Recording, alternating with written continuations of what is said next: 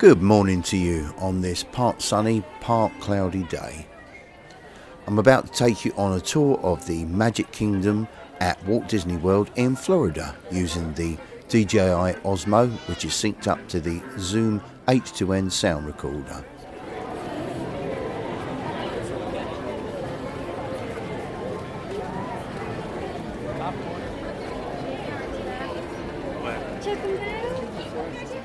First port of call once you probably enter into the park is the town square. This has been styled on turn of the century, not this century, last century New England buildings. You'll find a square like this at the original Disneyland as well as Disneyland Paris, all looking very similar.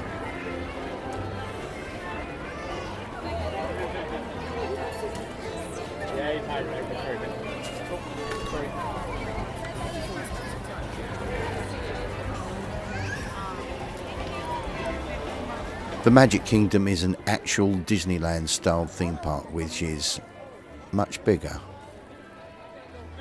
The red roof building you see on the left hand side is the Emporium, which is several shops all within one unit that sells various types of merchandise including gifts, toys, clothes, ornaments, collectible pins and countless other things. You most likely see several Disney characters on the way as we move around the park. There's a couple to begin with, if you can spot them.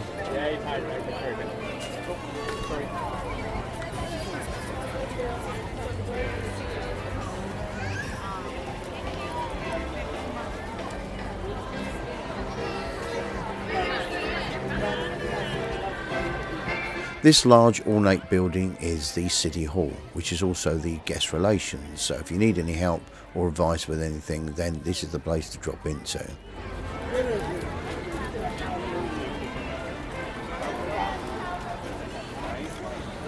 Something you may or may not have noticed, but some of the buildings here are being refurbished. And only in Disney have I ever noticed this clever technique, and that's to cover the outside of the scaffold with backdrops that are virtually identical to the actual buildings behind them. Very clever idea.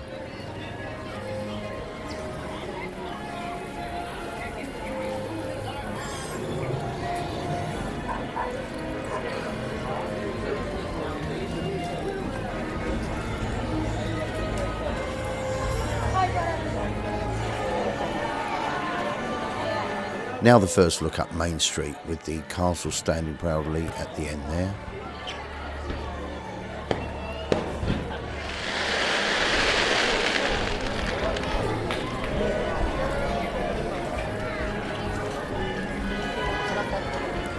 Notice the green clock to the left. They do also have one of those at the other parks, but not necessarily in the same spot.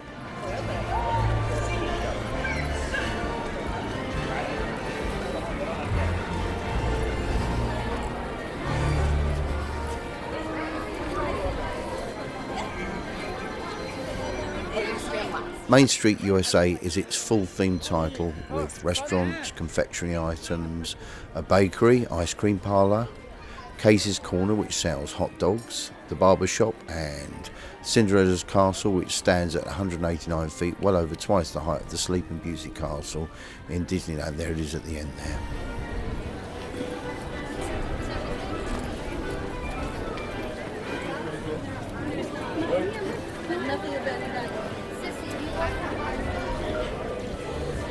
As the cloud clears, you get to see the castle more clearly with the sun shining directly onto it.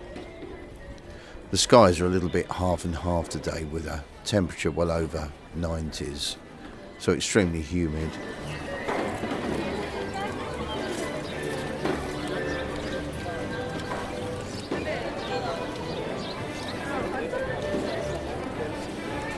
You'll probably notice the music that's playing at the moment is early 20th century. That's the default loop with about 20 to 30 songs or more. Other times of the day, different music is heard when the park opens or closes, when some of the Main Street performers are here, day and night time parades, and of course the grand finale fireworks show. There's so much thought that went into all the landscaping you see here throughout the park.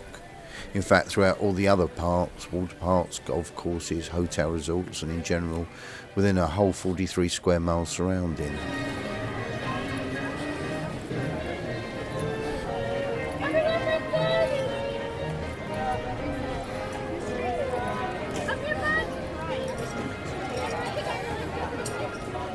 There stands the statue of Walt Disney himself, aptly holding the hand of Mickey Mouse. That's all at the centre hub. From here you have several choices as to which of the many theme lands you'd like to head for.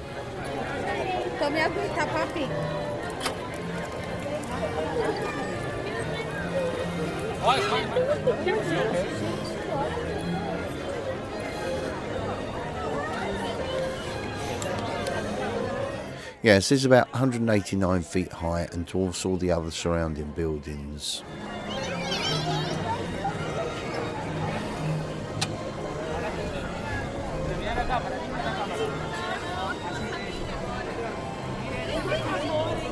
This is also the centrepiece for several shows throughout the day, and of course fireworks spectacular show later in the day.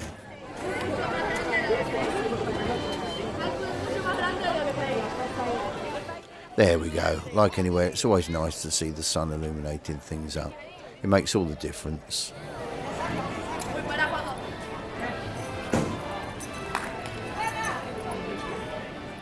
And there's a quirky notice board telling you all the times of the Mickey's Royal Friendship show. The fireworks we saw earlier would have come from this particular show.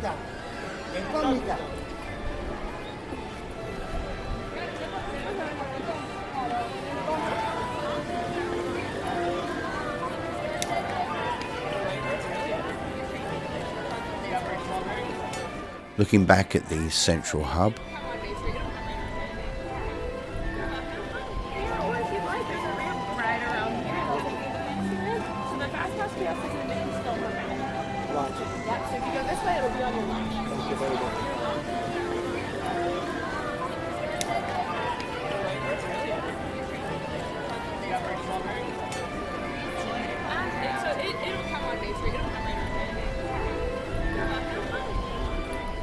in original Disneyland they have the Sleeping Beauty Castle as opposed to the Cinderella that you see here.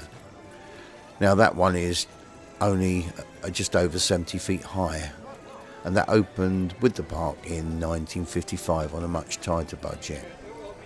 The Magic Kingdom Park opened on the 1st of October in 1971. At the moment I can't access the castle to get to Fantasyland, which is on the other side. It's been roped off because of the recent show, but I do know another way round. In fact, there are several ways round which won't take too much walking, although by the end of the day your legs will start to ache.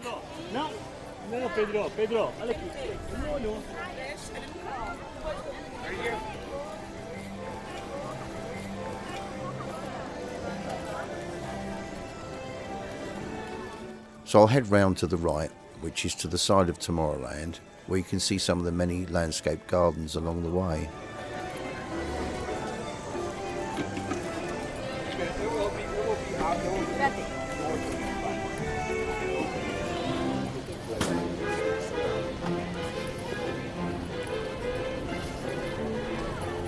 This was part 1, and I'll be uploading part 2 very soon, so don't forget to subscribe and then you'll be up to date with all the latest uploads.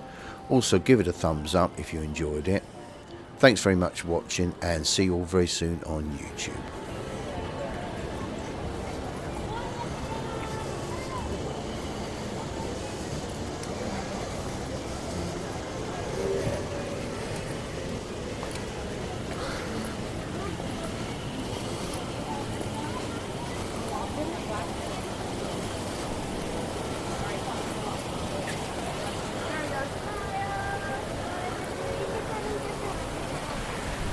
Ha ha ha.